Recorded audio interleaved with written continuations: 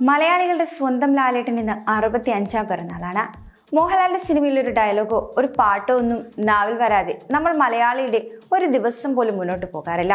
ഇത്രയും ഇഴയെടുപ്പമുള്ള ഒരു വൈകാരിക ബന്ധം മറ്റൊരു സിനിമാ താരത്തോടും മലയാളി ഒരു പക്ഷെ കാത്തു സൂക്ഷിക്കുന്നുമുണ്ടാകില്ല. ഒരു മോഹൻലാൽ ചിത്രത്തിന് പോസിറ്റീവ് അഭിപ്രായം വരുമ്പോൾ തിയേറ്ററുകളിൽ എന്താണ് സംഭവിക്കുന്നതെന്ന് നമ്മൾ മലയാളികൾ ഒരിക്കൽ കൂടി കണ്ടറിഞ്ഞതിന് പിന്നാലെ തന്നെ അദ്ദേഹത്തിന്റെ മറ്റൊരു പിറന്നാൾ കൂടി വന്നിരിക്കുകയാണ്.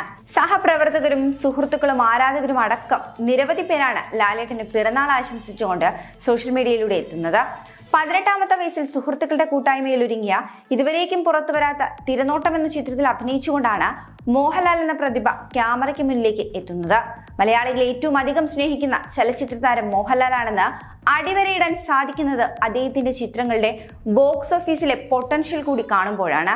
മലയാളത്തിൽ ആദ്യമായിട്ട് 50 കോടി 100 കോടി 250 കോടി ക്ലബ്ബുകളൊക്കെ തുറന്നു തന്നത് മോഹൻലാലാണ്. വെറും ഒരു മാസത്തെ ഇടവേളയിൽ തിയേറ്ററുകളിലെത്തിയ 2 മോഹൻലാൽ ചിത്രങ്ങൾ എമ്പുരാനും തുടരും.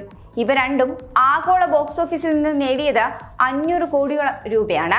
ഇതിൽ തന്നെയുണ്ട് മലയാളി ഈയൊരു നടന് നൽകുന്ന സ്നേഹക്കൂടുതലിന്റെ ആ ഒരു തെളിവ് തന്നെ.